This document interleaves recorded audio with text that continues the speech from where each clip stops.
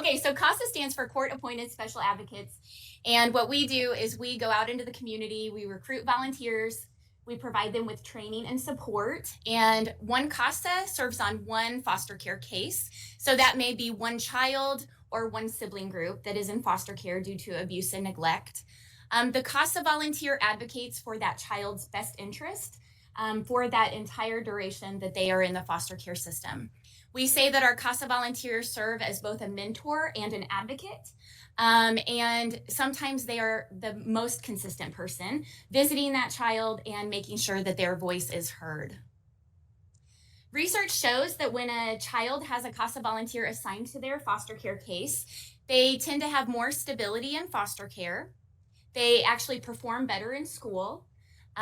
They exit the foster care system more quickly than those who don't have a CASA volunteer, and they are less likely to re-enter the foster care system due to repeated abuse or neglect after returning home to their biological parents or being adopted by an adoptive family. Because kids spend less time in foster care when they have a CASA and they don't re-enter the foster care system at such a rate, we can save the taxpayers quite a lot of money when we provide each child with an advocate. In our community, the main reason why kids come into foster care is chronic neglect.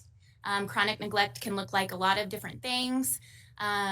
Families that we work with, they tend to have other co-occurring issues besides just the child situation that's going on. So the families that we work with may have domestic violence going on, and as you probably know, Greene County has quite a high rate of domestic violence. Our families also tend to struggle with poverty. So we have families that may have unsanitary living conditions, leaving their child at home unsupervised for extended periods of time when it's not necessarily age appropriate to do so. We've also seen increases in physical abuse and sexual abuse in our community over the last 5 years or so, as well as the increased issue of substance abuse, parental substance abuse. I'm sure Bill could get up here and aid to my presentation, but we have families, it seems to be meth as the #1 drug of choice in our community, as well as just all other substances as well. And I think that that is one of the reasons why we've seen an increase in the physical and sexual abuse. One of the things that I always say is that when our children are in foster care, the #1 thing that they're used to is change. Unfortunately, there's a lot of changes that our kids in foster care maybe don't often have the opportunity to provide their input. They may be moved to a relative home or a foster home, sometimes without notice. And that's really the role that our CASA volunteers play. Our CASA volunteers visit their assigned child or sibling group at least twice a month. They visit in the foster home, they visit at school, they visit out in the community, and they really get to know that child. Not only what makes that child tick, so like their hobbies, their likes, their dislikes, their interests, they get to know things about their family members, their friends, what brought them into foster care. They also get to know what that child wants for that case. Does that child want to remain with that relative or with that foster home? Are the parents doing what they need to do to address the issues that brought that child into foster care in the first place? Does that child want to be returned home to their biological parents? So that CASA volunteer is getting all of that information, and then they attend a monthly family support team meeting with the caseworker, the juvenile officers, the guardian ad litems that are assigned to that child's case. And that CASA volunteer will speak up for whatever that child might need. They also write court reports and they attend the court hearings so they can advocate for that child's best interest and make recommendations about the long-term placement and permanency plan for that child. So they play a really important role in visiting that child, getting to know that child's needs and wants, and then bringing that to the attention of the team and the judge. There are over 1,300 children in foster care in Greene, Christian, and Taney counties. Those are the 3 counties that we serve. In Greene County, we have about 650 children in foster care on any given day. At CASA, we are serving, last year we served 459 children. About 350 of those were from Greene County that we served. On average, our kids in foster care are in the system for about 2 years. It's a little bit lower here in Greene County, thankfully. We have a great child welfare community and partners here in Greene County. Again, we served over 450 kids last year. Last year we had over 300 CASA volunteers. So we always need more CASA volunteers. We really want to reach our goal of ensuring that every child in foster care in Southwest Missouri has access to a CASA volunteer, because we know the difference that that one-to-one relationship can make. Last year, you may have also heard about this. We received some Greene County ARPA funds to create and fund what we call a CASA Clubhouse. I wish that I had more time today to show you another video. We're going to watch a video here in a minute. But the CASA Clubhouse is an activity center for children in foster care where our kids, when they initially enter foster care, they can come to the clubhouse and have a safe, comfortable space where they can clean up. We have a shower facility. We also have laundry where if they have been able to bring anything from their home, they can do their laundry, they can have a hot meal and sit with a CASA volunteer while that caseworker is making phone calls to the relatives or to foster families to find them a home. That CASA Clubhouse is also being used for our CASA volunteers and kids to do their twice monthly visits. We have some family support team meetings that are taking place at the CASA Clubhouse. We also host supervised family visits there. So parents can come and have a safe, private facility to do their visits and again, rebuild some of those connections that have been lost by that child coming into foster care. We're also able to host life skill classes and cooking classes, educational classes for our teens that are in foster care. So it's a way that we're hoping to fill gaps in the community. We opened that facility in July of last year. I have some handouts over there and it contains some pictures of it. If anyone ever has any free time and wants to come by and take a tour, we'd love to show you around. We're very proud of it. It's the first of its kind in the state and really in the nation that is created to do all of these things. Since July of last year, since we opened, we have already served over 1,300 children at the clubhouse. So the need is very great here in Southwest Missouri, and we're really proud to be able to partner with the community and the county to make those services available to our kids who need them. Now we're going to watch where you will be introduced to Nancy, one of our CASA volunteers, and Abby, a youth that she has served.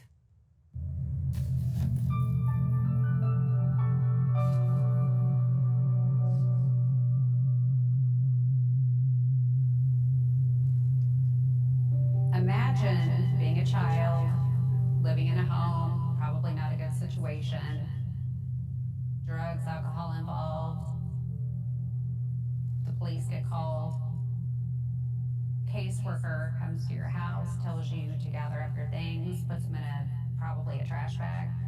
I mean, this could be in the middle of the night.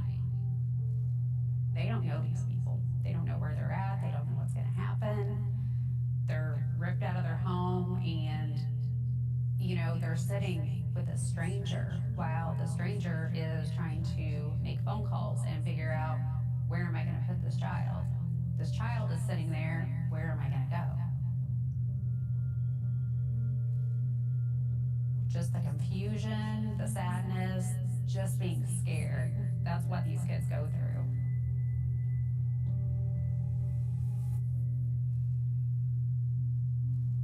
If they're lucky, they're going to get paired with a CASA. Caseworkers can come and go. They're juggling a lot of cases. They've got a lot going on. But you can be that one person that, you know, that child is your focus. You're going to try to develop that relationship and that rapport. And it's really difficult at first because they don't know who you are. They don't know what you're doing. They don't necessarily trust you. So you really have to kind of build that up.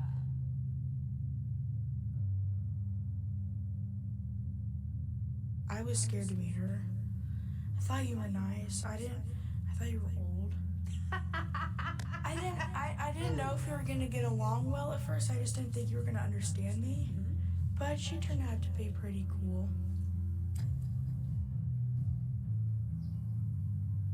Abigail has been in care in the foster system 3 different times. She is a tough kid who's been through a lot that kids just don't deserve to go through. She was a kid that just got shipped off to this facility away from her family and everything that she knew. She struggled pretty hard in the beginning there with the self-harm, the anger issues, but she has made a lot of progress and she has done the therapy. That's really rewarding to see, and especially for her age, because 14 is not an easy age for kids.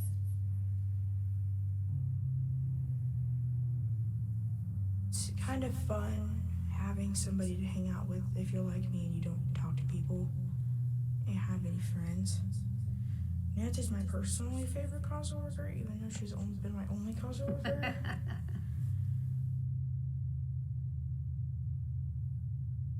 This is a letter that she sent to me when she was in Kansas City in a residential facility. It was a very heartfelt letter that really just meant the world to me. This is so cringy, but I'm gonna read it. Nancy, don't look at me. You're gonna start crying. No, I won't. Says, I know I never told you this, but I really love and appreciate you.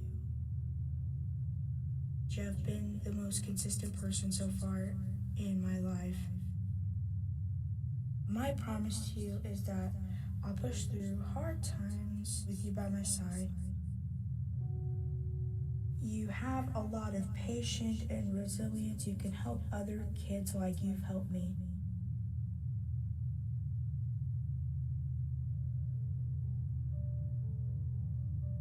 I just cannot imagine not having Abigail in my life. I can't imagine Nancy without me either.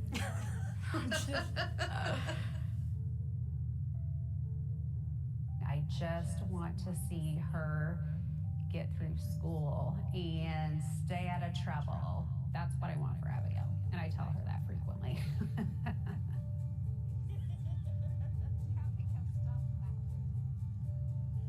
I would want, to be a good example for my little brothers and my sister.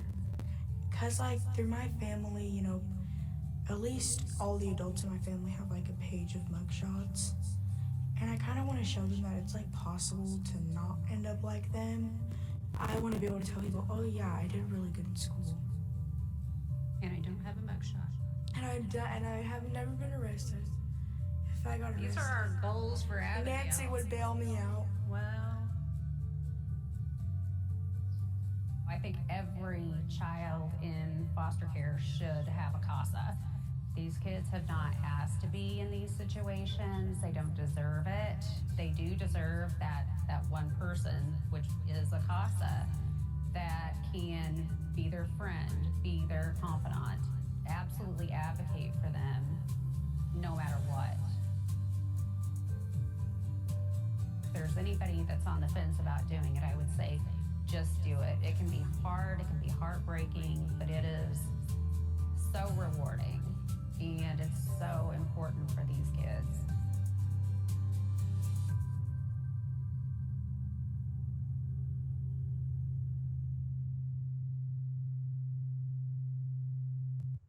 I like to play that video because I think it's important to hear directly from our volunteers and the youth that we serve, the difference that a CASA volunteer can make in a child's life while they're in foster care, and even after they exit foster care. That CASA volunteer can remain in contact with that child or youth and that family to continue to provide just friendship and support for them. And that relationship ultimately is life-changing for the kids that we serve and for the families that we come into contact with.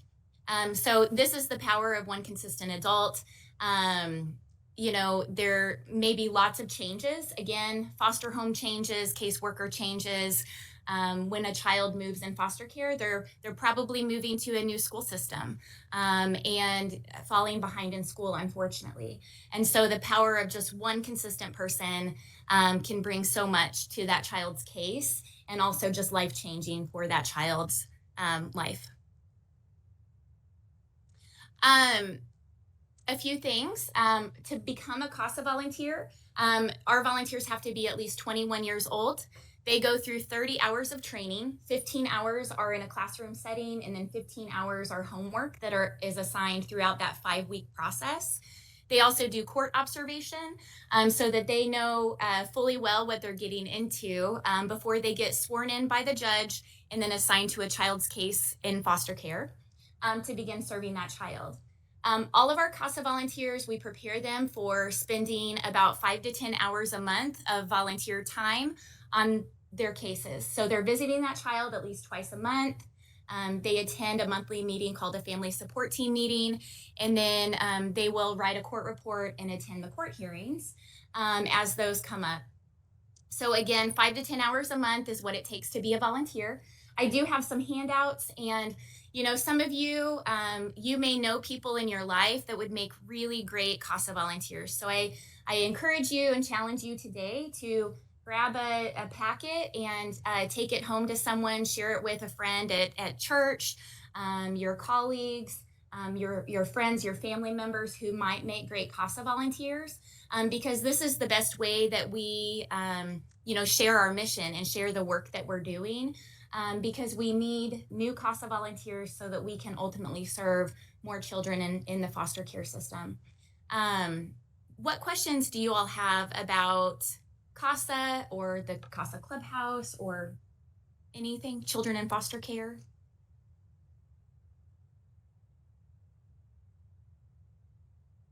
What do you Yes. think an average time investment from a volunteer would be on a monthly basis post the training and certification? Yeah, so about 5 to 10 hours a month. A lot of our volunteers, especially when they first get assigned to a case, that may be more on the 10 hours because they're going through the case file. They're really getting in there and learning all of the information that they can as that case is initially getting started. We try very hard to assign a CASA volunteer as soon as possible when that child first enters foster care, so that we have that consistency and that continuity of care for our kids in foster care. We do ask for a 2-year commitment from our volunteers because once we assign a CASA volunteer, we really want that volunteer to remain steady and consistent on that case and then not leave that case until that child is exiting foster care. We have a lot of volunteers that after that first case that they've taken, after it closes, they might take a little break for a month or two, and then they get reassigned to a different case. So we have a lot of volunteers that have volunteered with us for 15 or more years. And that's what we love to see is our volunteers continuing to serve and work with us because, again, we just need more volunteers to reach more children. But about 5 to 10 hours a month on a regular basis. And again, we do ask for a 2-year commitment just to keep that consistency for our kiddos. Yes. What's the profile of the person who becomes that perfect CASA long-term volunteer? Yeah. What's what clicks in the mind of somebody that you say that's the kind of person that really succeeds in this? Yeah, I get asked that a lot, and I wish there was like I could say this is what it is. I really think someone who shows up when they say that they will show up. That's what our kids need. They need someone who they can trust, and that's one way that our CASAs build that trust with a child. Is if they say that they're going to be there to visit them at 3:00 on a Thursday, that CASA volunteer shows up at 3:00 on a Thursday.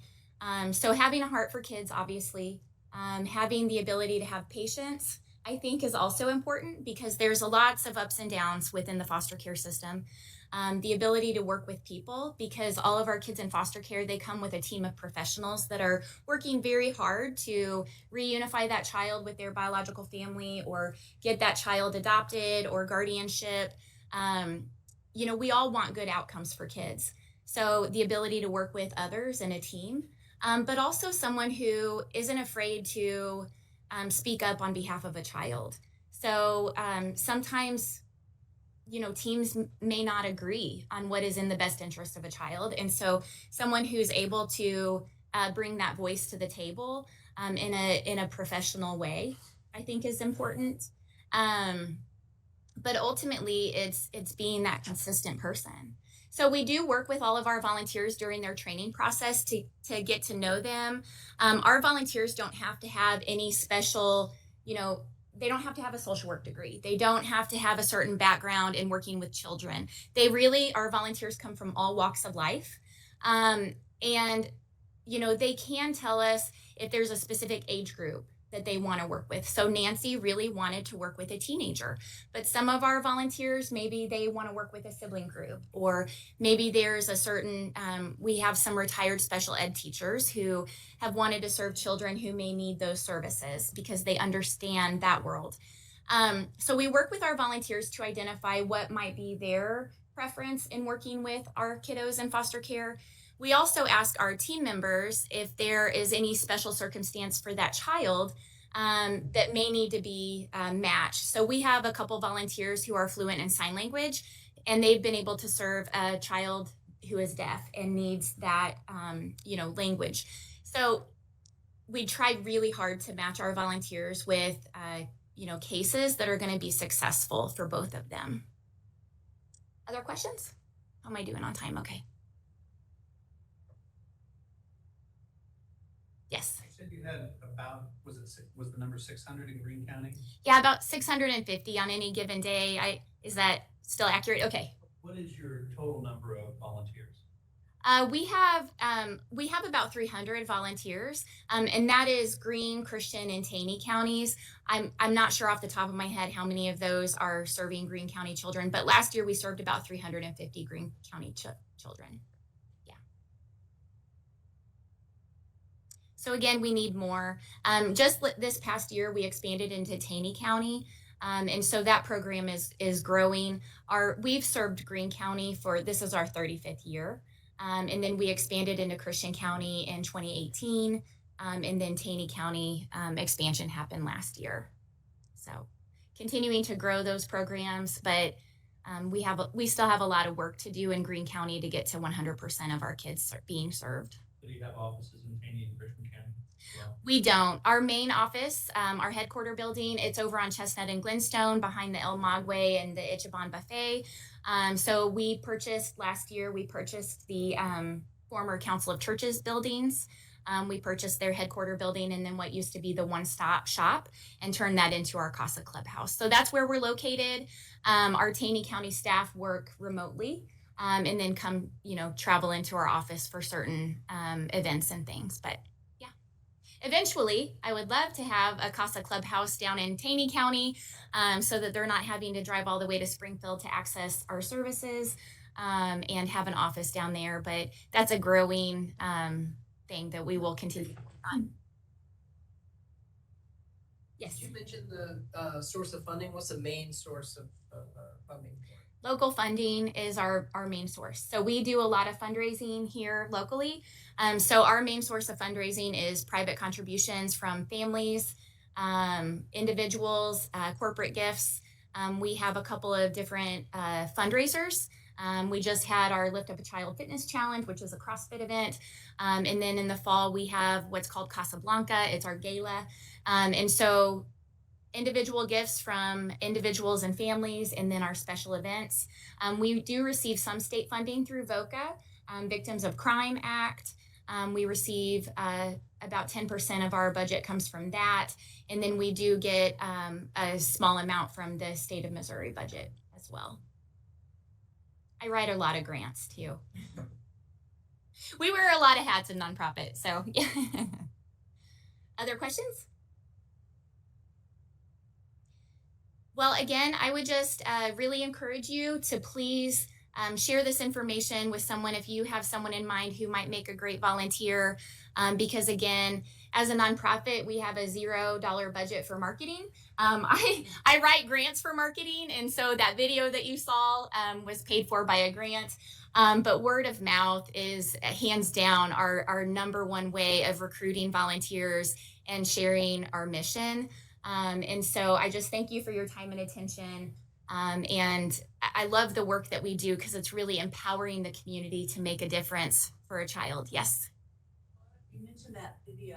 Is it available on your website if we'd like to share for a person who might be interested? I'm not sure if that exact video is on our website, but I know that we do have a couple of videos on our website, and we also have a YouTube channel that you could search CASA of Southwest Missouri, and we have several videos on there that you could share also. Okay, great. Yeah. Any other questions? Well, thank you guys. There might be one more slide. Yes, thank you. So thank you guys very much. Oh, there's one picture of our clubhouse up there that you can kind of see some of the activity space. But again, that offer stands where if you would like to pop in for a tour and see the clubhouse in action, I would love to show you around. I love sharing our mission and just sharing the good work that our CASA volunteers do. So again, thank you for your time and attention. And I really appreciate the invitation to come and share with you this morning. So thank you.